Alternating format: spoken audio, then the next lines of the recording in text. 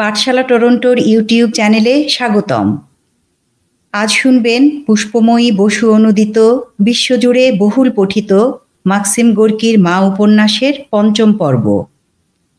মা উপন্যাসের পাঠ আজীবন সংগ্রামী কমরেড মা লতিফা আজিম মায়া স্মৃতিতে নিবেদিত। পাঠে আছি ফারহানা আজিম শিউলি। 20। সেদিন সন্ধেবেলা মা বসে মোজা বুনছে আর খখল পড়ে শোনাচ্ছে প্রাচীন রোম সাম্রাজ্যে দাস বিদ্রোহের কাহিনী। দরজায় খুব জোরে ধাক্কা দিল কে। খখল গিয়ে খুলে দিল। ভেশভস্টিকভ। বগলে ছোট্ট একটা পুঁটলি, টুপিটা মাথার পেছন দিকে ঠেলা, হাঁটু পর্যন্ত কাদা। যাচ্ছিলাম এদিক দিয়ে, আলো দেখলাম, ঢুকে পড়লাম। ভাবলাম দেখা করে যাই, সোজা জেল থেকে আসছি। মায়ের হাতে সজোরে ঝাঁকানি দিয়ে অদ্ভুত স্বরে বলে, পাভেল প্রণাম জানিয়েছে। বসল ভেশভস্টিকভ কেমন একটা অনিশ্চিত ভঙ্গিতে। সারা ঘরটা পাঁতি পাঁতি করে দেখে। দৃষ্টিতে তার স্বাভাবিক বিষাদ আর সংশয়ের ছায়া। মায়ের কোনো কালে ভালো লাগেনি ওকে। ওর টোল পড়া ন্যাড়া মাথা আর ছোট ছোট চোখগুলো দেখে কেমন যেন ভয় করত সর্বদা। কিন্তু আজ মা খুশি হয়ে উঠল ওকে দেখে। মায়ের কথায় হাসিতে স্নেহ ঝরে পড়ল। কি রোগা হয়ে গেছো, একটু চা দিই ওকে। আন্দ্রিউসা। রান্নাঘর থেকে হেঁকে বলে খখল, সামোভার জ্বালিয়ে দিচ্ছি। পাভেল কেমন আছে? তোমার সঙ্গে আর কাউকে ছেড়েছে?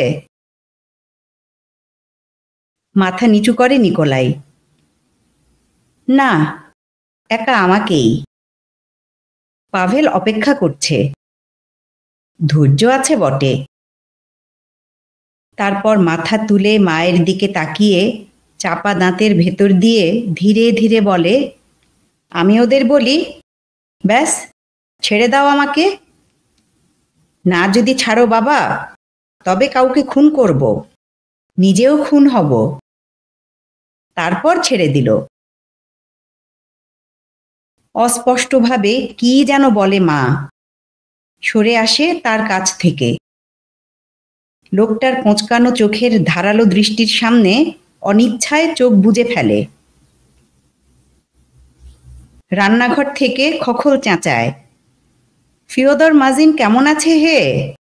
কবিতা লেখে?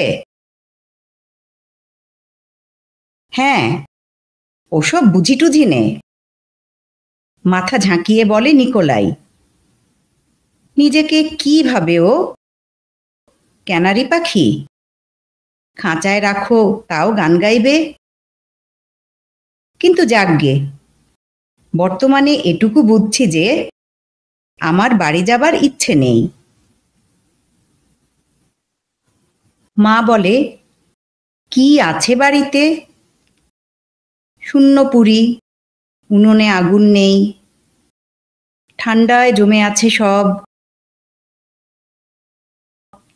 ভেশভস্টিকভ কিছু বলে না, শুধু চোখ কোঁচকায়।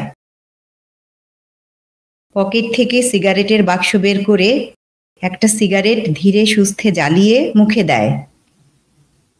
তারপর বিষণ্ণভাবে হেসে তাকিয়ে তাকিয়ে দেখে কেমন করে ধূসর ধোঁয়াগুলো পাকিয়ে উঠে হাওয়ায় মিলিয়ে যাচ্ছে। তা হবে, সবই জমে আছে হিমে। গিয়ে দেখব আরশোলা আর ইঁদুর জমে পড়ে আছে মেঝের এখানে ওখানে। রাতটা আমায় থাকতে দেবে এখানে, পেলাগিয়া নীলভনা? মোটা গলায় জিজ্ঞাসা করে মায়ের দিকে না তাকিয়ে। নিশ্চয়, তাড়াতাড়ি বলে ওঠে মা। ওর বড় অস্বস্তি লাগে কেন জানি। আজকাল বাপ মায়ের জন্য ছেলেকে লজ্জায় মুখ ঢাকতে হয়। চমকে উঠে শুধোয় মা। কি বলছো? মায়ের দিকে একবার তাকিয়ে চোখ বন্ধ করে ও। বসন্তের দাগওয়ালা মুখটাকে মনে হয় অন্ধ মানুষের মুখ। একটা সশব্দ নিঃশ্বাস ফেলে আগের কথাটারই পুনরাবৃত্তি করে নিকোলাই। বলছিলাম বাপ মায়ের জন্য ছেলেকে লজ্জায় মুখ ঢাকতে হয়। কই, তোমার জন্য পাভেলের তো কখনো তা হবে না। অথচ আমি বাপের জন্য লজ্জায় মুখ দেখাতে পারি না। অমন বাপের বাড়িতে আর পা দিচ্ছি নে। আমার বাপ নেই, ঘর নেই। পুলিশ নজরবন্দি করে আমাকে ছেড়ে না দিলে আমি চলে যেতাম সাইবেরিয়ায়। সেখানে যত লোককে ওরা চালান করেছে তাদেরকেই মুক্ত করে দিতাম। তাদের পালাবার ব্যবস্থা করতাম।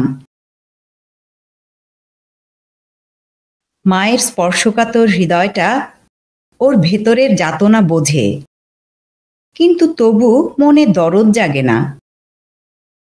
চুপ করে থাকলে হয়তো মানুষটা ভাববে কিছু একটা, তাই বলে মা, হ্যাঁ এমন যদি হয় তবে অন্য কোথাও যাওয়াই ভালো। আন্দ্রেই রান্নাঘর থেকে বেরিয়ে আসে হাসতে হাসতে। কি নিকোলাই, কি এত প্রচার করছো? উঠতে উঠতে মা বলে, যাই খাবার জোগাড় করি গে। তীক্ষ্ণ দৃষ্টিতে খানিকক্ষণ খখলের দিকে তাকিয়ে থেকে হঠাৎ বলে ওঠে নিকোলাই, কতগুলি মানুষকে খুন করে ফেলা দরকার বলে মনে করি। কেন বলো তো? খখল জিজ্ঞাসা করে। স্রেফ দুনিয়া থেকে সরিয়ে ফেলা দরকার। ঘরের মাঝখানে দাঁড়িয়ে খখল তাকিয়ে থাকে নিকোলাইয়ের দিকে, পকেটে হাত রেখে। ওর রোগা লিকলিকে দেহটা দোল খায়। নিকোলাই বেশ আঁটোসাঁটো হয়ে বসে আছে চেয়ারে। ওকে ঘিরে ঘিরে সিগারেটের ধোঁয়ার জাল তৈরি হচ্ছে। লালের ছোপ পড়ে দাগড়া দাগড়া হয়ে উঠেছে তার ধূসর মুখটা। ইসাই গোরবোভের ঘাড়ে গর্দানে আলাদা না করেছি তো আমার নাম নেই। কেন বলো তো? ব্যাটা নিজে টিকটিকি আর আমার বাপটার মাথাটাও খেলো। তার জন্য বাপও টিকটিকি হতে চায়। বিষণ্ণ ঘৃণার সঙ্গে বলে ভিশভস্টিকভ। এই কথা বলে ওঠে খখল। কিন্তু তাতে তোমার কি হে? ও অপবাদ তোমায় দেবে শুধু নেহাত মূর্খরা। গোঁজ হয়ে নিকোলাই বলে, বোকা চালাক সব সমান, সব দেখা আছে। এই তোমার আর পাভেলের কথা বলছি। দুজনেই তো খুব চতুর। বলো তো শুনি একবার, তোমাদের কাছে কি আমি ফিওদর মাজিন বা সামোয়েলভের সমান? বা তোমরা নিজেদের যে চোখে দেখো পারো তেমনি করে আমায় দেখতে? মিথ্যে কথা বলো না বাবা, বিশ্বাস করব না। সবাই আমায় একটেরে ঠেলে রেখেছে। খখল ওর পাশে বসে। অত্যন্ত কোমল স্বরে বলে, তোমার মনটা ব্যথায় ভরে আছে নিকোলাই। আর তোমাদেরও ঠিক তাই। রোগী সবাই, খালি রোগের তফাত। তোমরা ভাবো তোমাদের ব্যথাটা আমার চেয়ে অনেক উঁচু দরের, নইলে সব শালাই সমান। বলো তুমি কি বলতে চাও শুনি। ওর তীক্ষ্ণ চোখ দুটো আন্দ্রেয়ের মুখের ওপর যেন বিঁধে থাকে। দাঁত বের করে জবাবের অপেক্ষা করে নিকোলাই। লালের ছাপ লাগা মুখের ভাব এতটুকু বদলায়নি। মোটা ঠোঁট দুটো মাঝে মাঝে কাঁপতে থাকে, কিসের জ্বালায় যেন। ভেশভস্টিকভের জ্বলন্ত দৃষ্টির দিকে ওর অন্তরঙ্গ নীল চোখ দুটি তুলে ধরে খোখল বলে, কি বলবো, বলবার কিছু নেই। যার বুকে কাঁচা ঘা তার সঙ্গে তর্ক করা চলে না ভাই। তাতে তার দুঃখই বাড়ে, তা আমি জানি।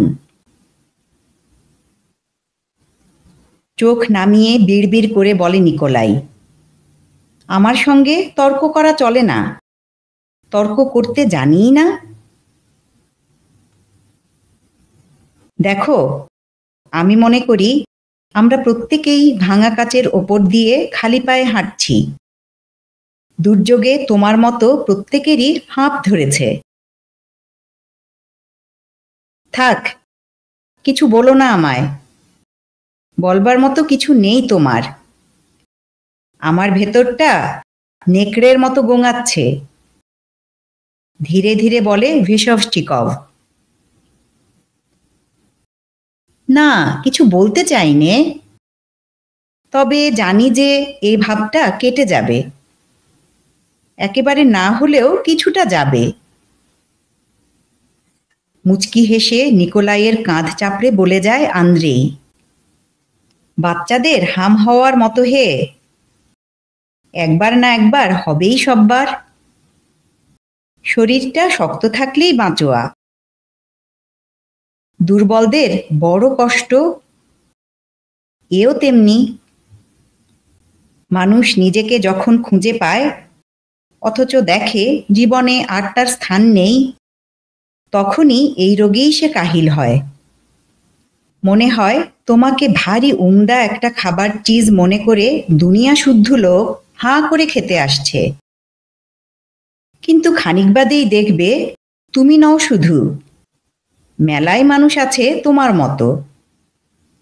তখন হাঁফ ছেড়ে উঠবে, কিন্তু সঙ্গে সঙ্গেই নিজেই লজ্জা পাবে এই কথা ভেবে যে তোমার টিমটিমে ঘণ্টিটি নিয়ে গির্জার ঘণ্টাঘরে উঠেছিলে গুমর করে। সবগুলো ঘণ্টা বাজলে তোমার ঘণ্টির আওয়াজ শোনাই যেত না। পরে বুঝতে পারবে মিলন সঙ্গীতে তোমার ঘণ্টিটির ক্ষীণ আওয়াজ কানে আসে, কিন্তু একলা বাজলেই পুরানো ঘণ্টাগুলো স্রেফ তেলের মধ্যে মাছের মতো ডুবিয়ে রাখবে ওকে। বুঝলে তো কি বলতে চাইছি? মাথা নেড়ে নিকোলাই বলে, হয়তো বুঝেছি, কিন্তু বুঝলেও বিশ্বাস করি না। হেসে খোখল তিরিং করে লাফিয়ে উঠে শব্দ করে করে পায়চারি করতে আরম্ভ করে। একটা ছ্যাঁকড়া গাড়ি তুমি, আমি কি আগে বিশ্বাস করতাম? কেন ছ্যাঁকড়া গাড়ি কেন? খোখলের দিকে তাকিয়ে একটু বেজার হাসি হেসে জিজ্ঞেস করে নিকোলাই, তুমি দেখতে সেরকম তাই। হঠাৎ মুখটা এতখানি হাঁ করে হো হো করে হেসে ওঠে নিকোলাই। কি হলো, অত হাসছ কেন? অবাক হয়ে খোখল ওর সামনে এগিয়ে আসে। এই মনে হচ্ছিল কি জানো, তোমার মনে যে কষ্ট দেয় সে নেহাতি গাধা। নিকোলাই জবাব দেয় মাথা নাড়তে নাড়তে, আমার মনে আবার কষ্ট কে দিল?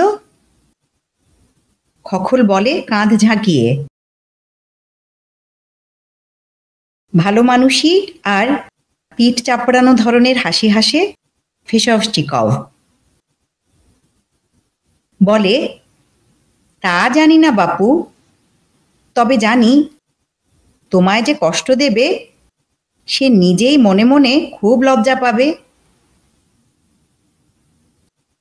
খখল হাসে। এই তাহলে, তা কোথায় চলেছ? রান্নাঘর থেকে মায়ের ডাক শুনে খখল উঠে যায়। নিজেকে একা পায় ভেসভস্টিকভ। চারদিকে চায়। মোটা চামড়ার তৈরি ভারী বুট আঁটা পা দুটোকে ছড়িয়ে দেয়। পায়ের থোড়াটা টিপে টিপে দেখে। একটা হাত ওপরে তুলে এক মনে তেলোটা নিরীক্ষণ করে। তারপর দেখে তেলোর পেছন দিকটা, হলদে রঙের লোমে ঢাকা মোটা মোটা আঙুলগুলো। হাতটা দুলিয়ে উঠে পড়ে। আন্দ্রেই সামোভার নিয়ে ঘরে ঢুকে দেখে নিকোলাই আয়নার সামনে দাঁড়িয়ে আছে। আন্দ্রেইকে দেখে শুকনো হাসি হেসে বলে উঠল, নিজের চেহারাখানা অনেক দিন দেখিনি। দেখলেই যে বাবারে মারে করে পালাবে সব। আন্দ্রেই গভীর কৌতূহলে তাকায়। বলে, চেহারাটার দিকে হঠাৎ নজর গেল কেন? সাশা বলে, মুখই নাকি মনের আয়না। আস্তে আস্তে বলল ভেসভস্টিকভ। স্রেফ বাজে কথা, চেঁচিয়ে ওঠে খখল। ওর চেহারাখানা কি? নাকটা বড়শির মতো, চোয়ালের হাড্ডিগুলো যেন ছুরির ফলা। কিন্তু ওর মনটা ঠিক যেন তারা। নিকোলাই ওর দিকে তাকিয়ে হেসে ওঠে। তারপর চা খেতে বসে সবাই। নিকোলাই মস্ত বড় একটা আলু নিয়ে রুটিতে নুন ছিটিয়ে চিবোতে লাগলো ষাঁড়ের মতো। খেতে খেতেই জিজ্ঞাসা করে, তারপর এখানকার হালচাল কেমন? তার মুখ ভর্তি খাবার। কারখানায় প্রচারের কাজ বাড়ানোর কথাই বলে আন্দ্রেই। নিকোলাই আবার বেজার মুখে চাপা গলায় বলে, উহ, বড্ড সময় লাগছে, বড্ড সময়। আরো তাড়াতাড়ি কাজ করা দরকার। মা তাকায় ওর দিকে। একটা বিদ্বেষ গুমড়ে ওঠে মনের মধ্যে। জীবন্ত ঘোড়া নয় যে চাবুক কষে ছুটোনো যাবে। নিকোলাই মাথা নাড়ে জেদিভাবে। বড় দেরি, ধৈর্য ধরে আর বসে থাকতে পারি না আমি। কি করব বলো তো? জবাবের আশায় খখলের মুখের দিকে চায়। একটা পরম অসহায়তা ফুটে ওঠে ওর হাতের ভঙ্গিতে। মাথা নিচু করে বলে আন্দ্রেই, আমাদের নিজেদেরও শিখতে হবে, অন্যদেরও শেখাতে হবে। এই হচ্ছে আমাদের কাজ। ভেসভস্টিকভ জিজ্ঞাসা করে, তবে লড়াই শুরু হবে কবে? হেসে জবাব দেয় খখল, তা জানি নে, তবে এটুকু জানি যে তার আগে বহুবার হাঁটতে হবে আমাদের, এবং যতদূর বুঝি হাতে হাতিয়ার তোলবার আগে মগজগুলোকে সশস্ত্র করতে হবে। নিকোলাই আবার খাবার দিকে মনোযোগী হয়ে পড়ে। মা গোপন দৃষ্টিতে ওর চওড়া মুখটা নিরীক্ষণ করে, খোঁজে ওই ভারী চৌকোনো দেহটার মধ্যে ভালো লাগবার মতো কিছু মেলে কিনা। নিকোলাইয়ের তীক্ষ্ণ ছোট চোখের সঙ্গে চোখাচোখি হতেই মায়ের ভুরু দুটো কাঁপতে থাকে অপ্রস্তুতভাবে। আন্দ্রেই চঞ্চল হয়ে ওঠে, হঠাৎ হাসির কথায় মেতে ওঠে, তারপর হঠাৎ শীষ দিতে আরম্ভ করে কথার মাঝখানেই। মায়ের মনে হলো ও বুঝতে পারছে আন্দ্রেইয়ের মনে কিসের অস্বস্তি। নিকোলাই গুম হয়ে বসে থাকে। খোকন যত কথা জিজ্ঞাসা করে নেহাত অনিচ্ছায় কাটা কাটা জবাব দেয়। ছোট্ট ঘরখানায় আবহাওয়া গুমোট হয়ে ওঠে। দম বন্ধ হয়ে আসতে চায় মা আর আন্দ্রেইয়ের। দুজনেই একবার চোরা দৃষ্টিতে তাকায় অতিথির দিকে। অবশেষে উঠে পড়ে নিকোলাই, বলে, আমি শুতে চাই। জেলে সেই খালি বসে বসে কাটানো। হঠাৎ ছেড়ে দিল। চলে এলাম, বড্ড ক্লান্ত আমি। রান্নাঘরে শুতে যায় ও। কিছুক্ষণ নড়াচড়া করে, তারপর সমস্ত শব্দ থেমে যায়, যেন লোকটা মরে গেছে।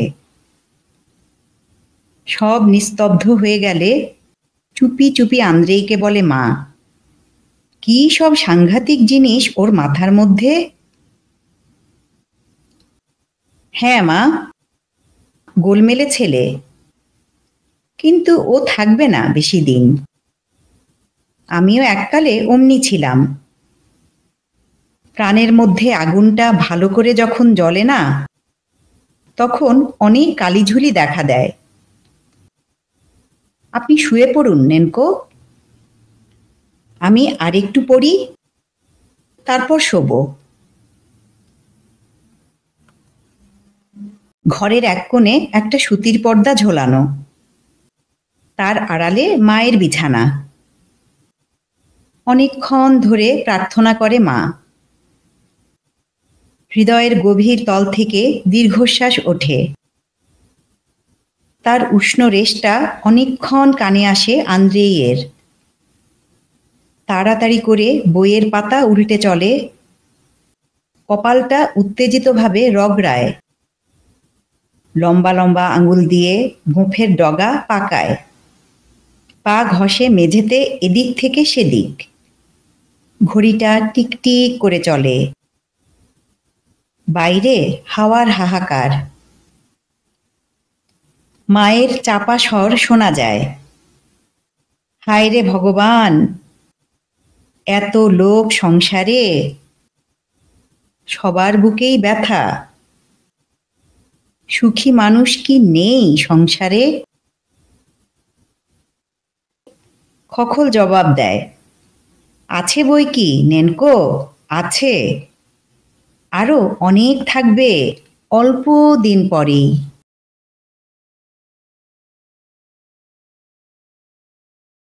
২১।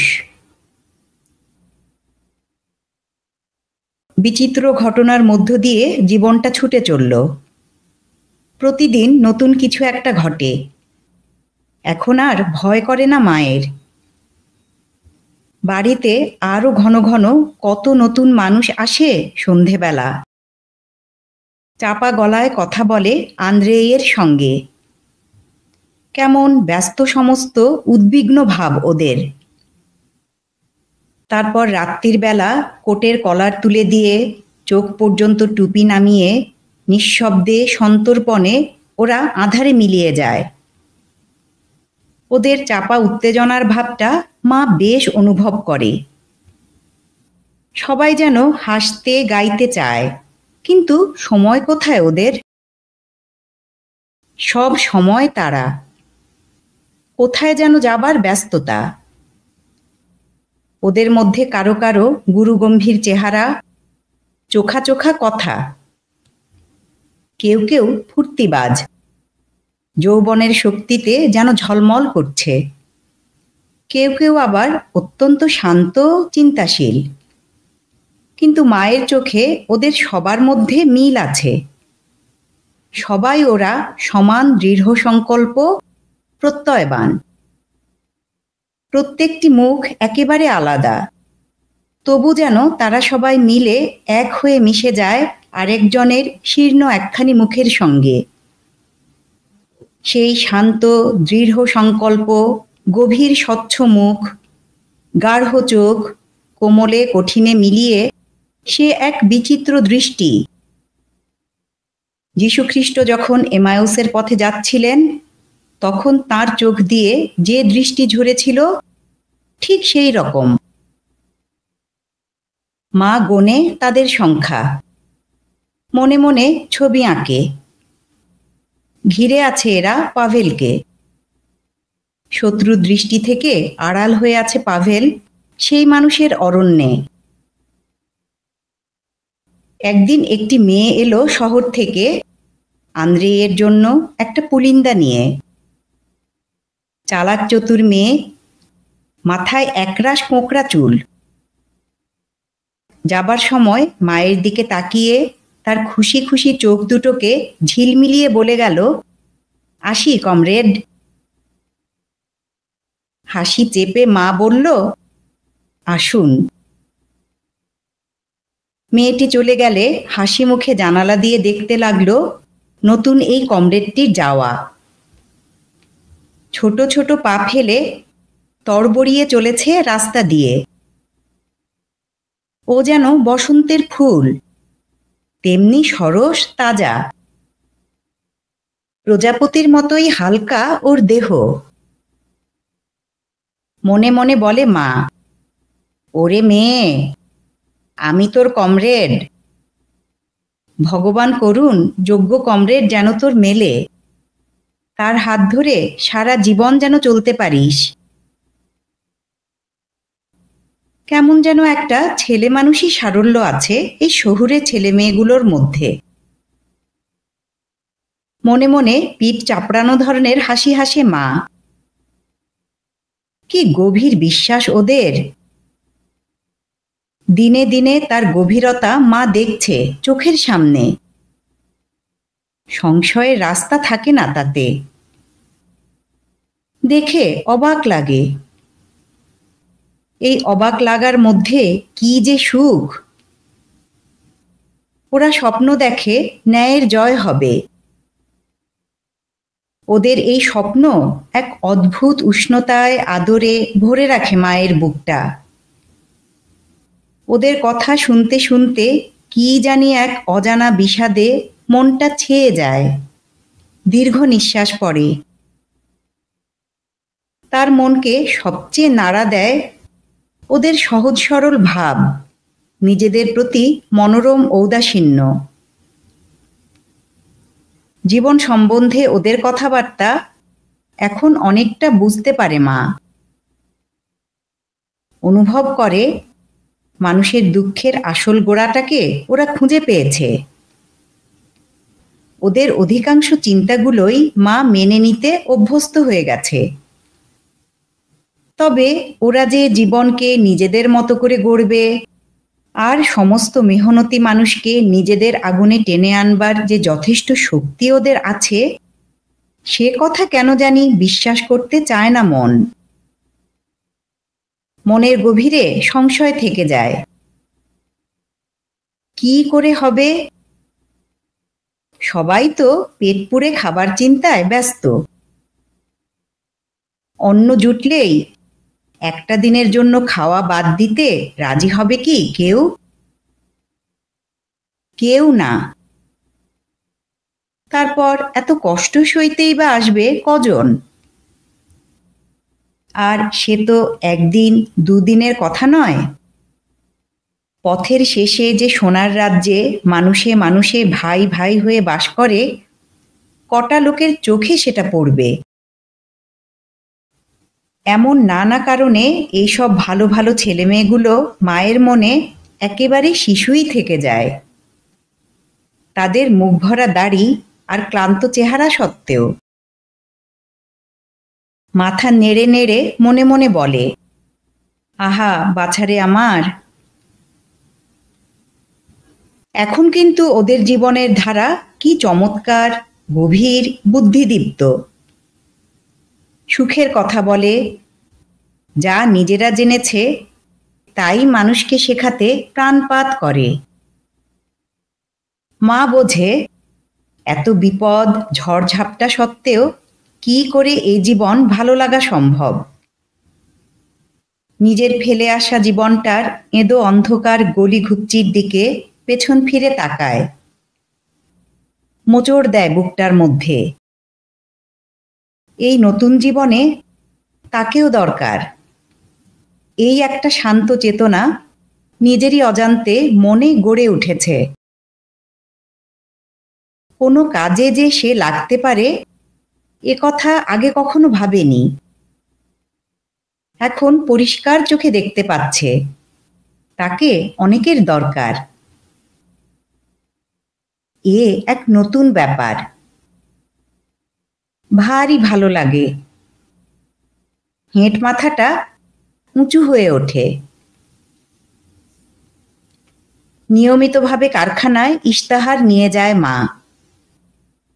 মনে করে এ ওর কর্তব্য। গোয়েন্দারা ওকে রোজ দেখে, বিশেষ নজর দেয় না। কয়েকবার তল্লাশির পাল্লায় পড়েছে, কিন্তু সর্বদাই কাগজ কারখানায় পৌঁছনোর পরের দিনে। আর যেদিন কিছু থাকে না, ঠিক সেই দিনই মা চলাফেরায় এমন ভাব করে যে সন্দেহ হয় রক্ষীদের।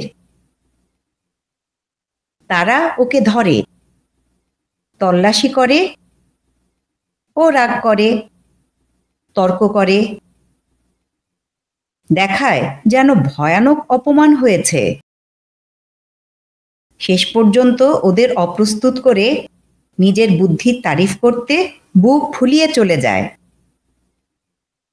এ ভারী মজার খেলা। ভেসভস্টিকভ কারখানায় কাজ আর পেল না। একটা কাঠ ব্যবসায়ীর কাছে কাজ জুটে গেল। বস্তিতে নিয়ে যায় কাঠ, তক্তা আর জ্বালানি। মা প্রায় রোজই দেখে ওকে। হয় ভারী একটা ভিজে কাঠের গুঁড়ি, নয় পাঁজা করে বাঁধা কতগুলো তক্তা ঝ্যাঁকর ঝ্যাঁকর করতে করতে টেনে নিয়ে চলেছে দুটো পুরনো হাড্ডিসার কালো ঘোড়া। অতিরিক্ত মেহনতে ওদের ল্যাংল্যাঙে ঠ্যাংগুলো ঠকঠকিয়ে কাঁপে। মাথাটা অনবরত বিষণ্ণ ক্লান্তভাবে নড়ে। নিষ্প্রভ জুলুম সওয়া চোখগুলো মিটমিটিয়ে চায়। নিকোলাই পাশে পাশে হাঁটে। ময়লা ছেঁড়া পোশাক, পাঁচমণি একজোড়া বুট, টুপিটা মাথার পেছন দিকে ঠেলে দেওয়া। আলুথালু চেহারা, ঠিক যেন সদ্য ওপড়ানো একটা গাছের গুঁড়ি। মাটির দিকে তাকিয়ে সেও মাথা নাড়ে। ঘোড়াগুলো অন্ধের মতো যখন তখন পথ চলতি মানুষ, গাড়ি ঘোড়ার ওপর হুমড়ি খেয়ে পড়ে। গালিগালাজ সাপমন্যি বলতার ঝাঁকের মতো এসে পড়ে নিকোলাইয়ের ওপর। ও না দেয় জবাব, না তোলে চোখ। তীক্ষ্ণ একটা শীষ দিয়ে চাপা গলায় হাঁকে ঘোড়াদের, হট হট, চল চল। বিদেশি খবরের কাগজ বা নতুন বইপত্তর এলে পড়বার জন্য আন্দ্রেয়ের কাছে কমরেডরা জড়ো হয়। নিকোলাইও আসে। 2-1 ঘন্টা চুপচাপ এক কোণে বসে মন দিয়ে শোনে। পড়া শেষ হলে তর্ক বিতর্ক চলে অনেকক্ষণ, কিন্তু ভেসভস্টিকভ তাতে যোগ দেয় না। সবাই চলে গেলে বিরস মুখে আন্দ্রেইকে জিজ্ঞাসা করে, কার দোষ সবচেয়ে বেশি? এটা আমার, যে প্রথম মুখ থেকে বার করেছিল তার। কিন্তু সে তো হাজার হাজার বছর আগে মরে গেছে। তার পেছনে ধাওয়া করে তো লাভ হবে না বিশেষ। ঠাট্টার সুরে বলে আন্দ্রেই, কিন্তু চোখে একটা অস্বস্তির ভাব দেখা দেয়। তারপর বড়লোক আর তাদের পেটোয়ারা মাথাটা ধরে গোঁফ চুমড়োতে চুমড়োতে খোকন অত্যন্ত সহজ ভাষায় মানুষের কথা, তাদের জীবনের কথা বলে।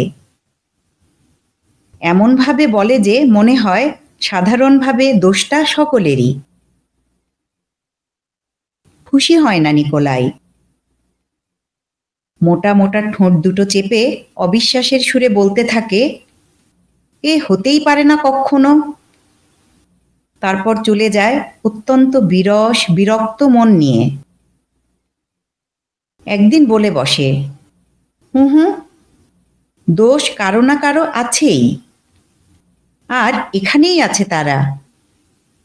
একেবারে আগা পাশতলা চষে আগাছার মতো সব উপড়ে ফেলতে হবে। মায়া দয়া চলবে না। মা বলে, তোমার কথাও তো ইসাই অমনি বলছিল একদিন। একটু চুপ করে থেকে ভেসভস্টিকভ জিজ্ঞাসা করে, ইসাই? হ্যাঁ, শয়তানের হাঁড়ি। সবার ওপরে চোখ রাখে আর হাজার রকম প্রশ্ন করে সবাইকে। আজকাল আমাদের এ রাস্তায় ঘোরাঘুরি করছে, জানালা দিয়ে উঁকি মারে যখন তখন। উঁকি মারে? ভেসভস্টিকভ ফিরে বলে। মা তখন বিছানায় শুয়ে, তাই ওর মুখটা দেখতে পেল না, কিন্তু বুঝতে পারল বেফাঁস কিছু বলে ফেলেছে। কারণ খোকন নিকোলাইকে ঠান্ডা করার জন্য তাড়াতাড়ি বলে উঠল, তা মারুক না, বয়ে গেল। খেয়ে দেয়ে কাজ না থাকে তো মারুক উঁকি যত খুশি। নিকোলাই চেঁচিয়ে ওঠে, থামো, ওই একজন দোষী। ওর অপরাধটা কি হে? খোকন তাড়াতাড়ি বলে, ও বোকা, সেইটেই ওর অপরাধ। জবাব দিল না ভেসভস্টিকভ, চলে গেল। আস্তে আস্তে ক্লান্ত দেহটাকে টেনে টেনে পায়চারি করে আন্দ্রেই। লম্বা লম্বা পা মেঝেতে ঘষে, খালি পা, জুতো খোলা। পায়চারি করবার সময় পায়ের শব্দে যাতে মার ঘুমের ব্যাঘাত না হয়, সেজন্য সে সবসময়ই জুতো খুলে রাখে। মা ঘুমোয়নি। নিকোলাই চলে যাবার পর উদ্বিগ্ন স্বরে বলে, ওকে আমার বড় ভয় করে। খোকন ধীরে ধীরে বলে, হুঁ, বড় বদরাগী ছোকরা। ইসাইয়ের নাম ওর সামনে আর কখনো নেবেন না যেন, নেনকো। লোকটা সত্যি পুলিশের টিকটিকি। তাতে আর আশ্চর্য কি? ওর একজন আত্মীয় তো পুলিশে কাজ করে। খোকন চিন্তিতভাবে বলে, ব্যাপারটা হলো এই যে নিকোলাই ওকে ধরে ঠেঙিয়ে দিতে পারে। দেখছেন তো সাধারণ মানুষের মন কি রকম হয়ে উঠেছে আমাদের ক্ষমতাধারী প্রভুদের দৌলতে। আমাদের নিকোলাইয়ের মতো মানুষ যেদিন বুঝতে পারবে কি অন্যায় আর অবিচারটা ওরা পাচ্ছে, সহ্যের সীমা যখন ছাড়িয়ে যাবে, কি অবস্থা তখন হবে ভেবে দেখুন। আকাশটা ওরা রক্তে স্নান করিয়ে দেবে, আর সেই রক্তে পৃথিবীটা সাবানের মতো গলে গলে ফেনা হয়ে উঠবে। চাপা গলায় চিৎকার করে ওঠে মা, কি ভয়ানক আন্দ্রিউসা। মিনিট খানেক চুপ করে থেকে আন্দ্রেই বলে, তা মাছি পেটে গেলে তো বমি হবেই।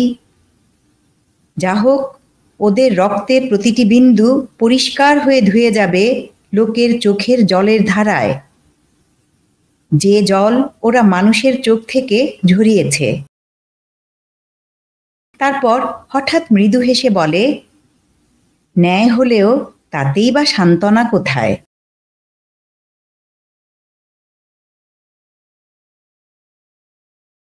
22। একদিন ছুটির দিনে দোকান থেকে ফিরে এসে দরজা খুলেই নিস্তব্ধ হয়ে যায় মা। আনন্দে সর্বাঙ্গ এমন অভিষিক্ত হয়ে ওঠে যেন গ্রীষ্মকালের উষ্ণ বৃষ্টিধারায় নিয়ে এসেছে এইমাত্র। ঘরে পাভেলের গলা, এই যে মা এসেছে। চেঁচিয়ে ওঠে খোকন। ঘাড় ফেরায় পাভেল। মুখখানা ওর আলো হয়ে উঠল। মা বোঝে সেই আলোর মধ্যে দিয়ে পাভেল তাকে বিশেষ একটা কিছু দিচ্ছে। এসেছিস, বাড়ি এসেছিস? অস্ফুট স্বরে বলে মা। তারপর ছেলের এই হঠাৎ আগমনে অভিভূত হয়ে বসে পড়ে। পাভেলের পাণ্ডুর মুখখানা নেমে আসে মায়ের দিকে। ঠোঁট কাঁপে, চোখের কোণে জল দেখা যায়। কথা কইতে পারে না। বোবা দৃষ্টিতে ছেলেকে দেখে মা।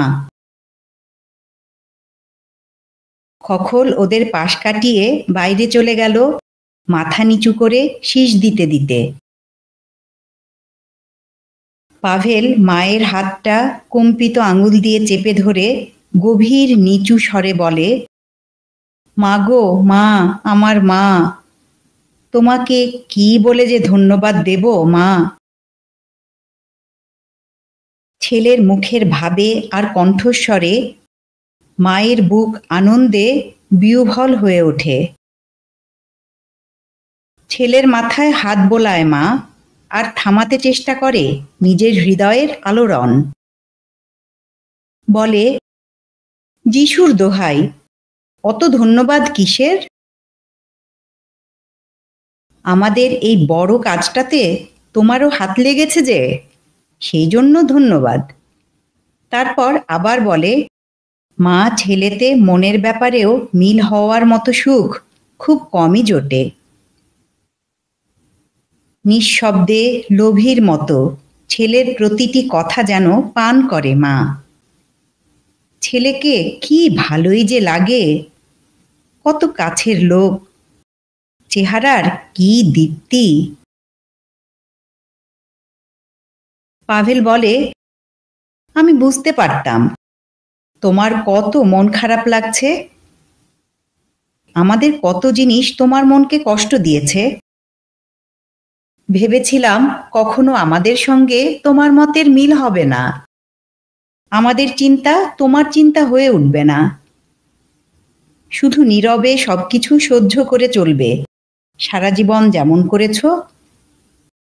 আমার বড্ড খারাপ লাগতো।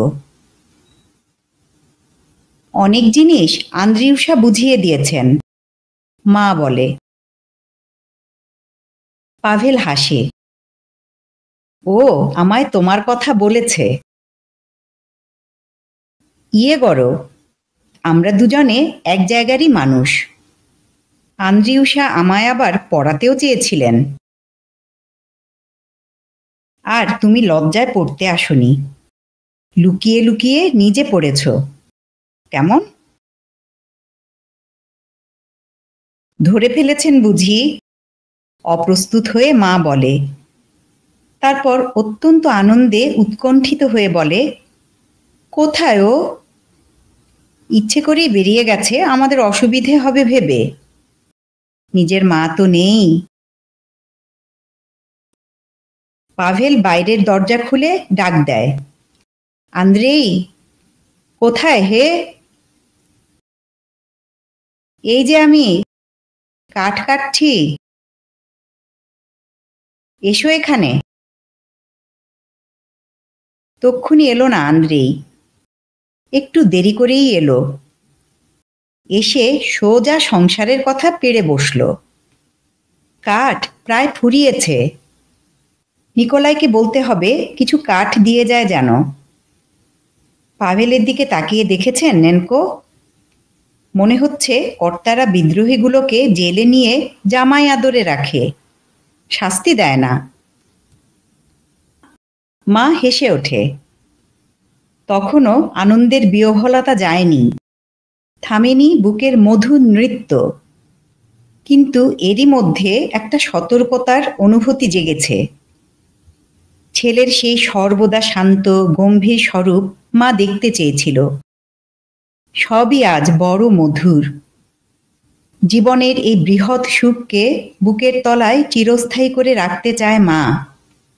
ঠিক যেমন এসেছে তেমনি প্রবল প্রাণবন্ত করে। এতটুকু তার নষ্ট হতে দেবে না। পাখি ধরা নতুন পাখি পেলে যেমন তাড়াতাড়ি তাকে ঢেকে রাখে, তেমনি মাও এই সুখকে ঢেকে দিল ক্ষিপ্র হাতে। মা ভারী ব্যস্ত হয়ে ওঠে। খাবে চলো। খাওনি তো কিছু নিশ্চয়ই এখনো পাশা? না, কাল জেলার বলে দিল আজ ছাড়া পাবো, তাই আজ খেতে পারিনি কিছু, বলে পাভেল। জানো, বাইরে বেরিয়ে প্রথমেই দেখা সিজভের সঙ্গে। রাস্তার ওধার দিয়ে যাচ্ছিল, আমায় দেখে এদিকে চলে এলো, নমস্কার জানালো। আমি ওকে বললাম, আমি তো এখন বিপজ্জনক ব্যক্তি, পুলিশের নজরে আছি, আমার সঙ্গে সাবধান হয়ে চলাই ভালো। গা করল না, ভাইপোর কথা জিজ্ঞাসা করল। কিন্তু কি জিজ্ঞাসা করল শুনলে অবাক হয়ে যাবে। প্রথমে জিজ্ঞাসা করল, ফিওদর ঠিকমতো চলছে তো? আমি বললাম, জেলে আবার ঠিকভাবে চলাচলি কি?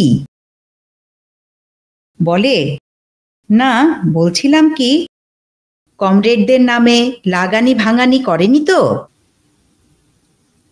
আমি বললাম, না, সে ভালো ছেলে, বুদ্ধি শুদ্ধি আছে। শুনে দাড়িতে হাত বুলোতে বুলোতে খুব গর্বিতভাবে বলল, আমাদের সিজভদের মধ্যে খারাপ লোক পাবে না। বেশ মাথাওয়ালা লোক, খোকন বলে।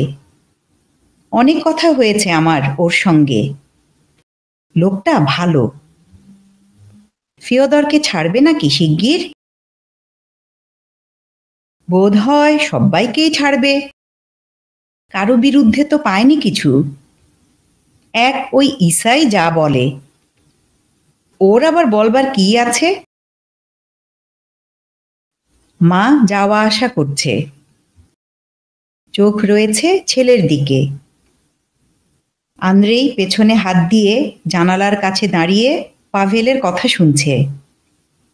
আর পাভেল পায়চারি করছে ঘরময়।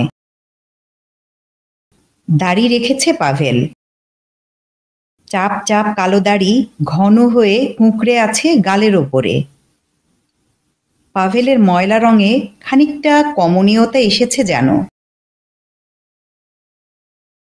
খাবার নিয়ে এসে মা বলে, বস তোরা। খাবার সময় আন্দ্রেই রিবিনের কথা তোলে। দুঃখিত হয়ে বলে পাভেল, আমি থাকলে যেতে দিতুম না ওকে। কি সম্বল নিয়ে গেল লোকটা সঙ্গে করে, শুধু হিজিবিজি পোড়া মাথাটা আর অনেক রাগ, এই তো। খোকন হেসে বলে, 40 বছর বয়স যে লোকটার। তাছাড়া নিজেরই মনের মধ্যেকার বাঘভল্লুকের সঙ্গে অনেক হাতাহাতি করে কাটালো, তাকে পোষ মানানো চারটিখানি কথা নয়। তর্ক বাঁধে দুজনে, এমন তর্ক যার সব কথা মা বুঝতে পারে না। খাবার পরেও তর্ক চলে। দাঁত ভাঙা সব কথার যেন তুফান। মাঝে মাঝে সহজ কথাও বলে। পাভেল জোরের সঙ্গে বলে, এক পাও পিছলে চলবে না আর, এখন জোর কদমে এগিয়ে যেতে হবে। অর্থাৎ দুদ্দার করে গিয়ে পড়বে লাখো মানুষের মধ্যে, আর তারা আমাদের দুশ্মন ভাববে। ওদের কথাবার্তা শুনে মা বুঝতে পারছে পাভেলের চাষিদের দিকে ঝোঁক নেই। এদিকে খখল বলছে, মুজিকদেরও বুঝিয়ে পথে আনার চেষ্টা করা একান্ত দরকার। আন্দ্রেইয়ের কথা মা বেশি ভালো বোঝে। মনে হয় সেই ঠিক কথা বলছে। কিন্তু ও পাভেলকে কিছু বললেই মা উৎকর্ণ হয়ে সচকিত হয়ে ওঠে। ছেলে কি জবাব দেয় শোনার জন্য নিঃশ্বাস বন্ধ করে প্রতীক্ষা করে। নিশ্চিন্ত হতে চায় খখলের কথায় ও রাগ করেনি। কিন্তু দুজনে সমানে চিৎকার করে চলে, কেউ কারো কথায় রাগ করে না। কখনো মা ছেলেকে জিজ্ঞাসা করে, হ্যাঁ রে সত্যি? মৃদু হেসে জবাব দেয় পাভেল, সত্যি মা। খ্যাপায় খখল বলে, ভোজটা মশাইয়ের তো জুটেছিল ষোড়শ পচারে, কিন্তু ভালো করে চিবিয়ে খেলেন না বলেই তো গলায় আটকে গেল। জল টল খান এক ঢোক। ইয়ার্কি ছাড়ো, পাভেল বলে। ইয়ার্কি বটে, শ্রাদ্ধের ইয়ার্কি। মা মৃদু হাসে আর মাথা নাড়ে।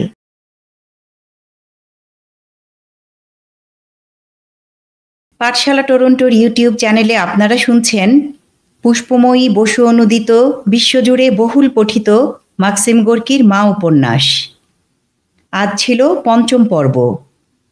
মা উপন্যাসের পাঠ আজীবন সংগ্রামী কমরেড মা লতিফা আজিম মায়ার স্মৃতিতে নিবেদিত। পাঠশালার ইউটিউব চ্যানেলটি সাবস্ক্রাইব করুন এবং নোটিফিকেশনের বেল আইকনটি প্রেস করে রাখুন। পাঠ ভালো লাগলে ও প্রয়োজনীয় মনে হলে বন্ধুদের সঙ্গে শেয়ার করুন। পরের পর্ব শোনার জন্য চোখ রাখুন পাঠশালা টরন্টোর ইউটিউব চ্যানেলে। আজকের মতো বিদায়।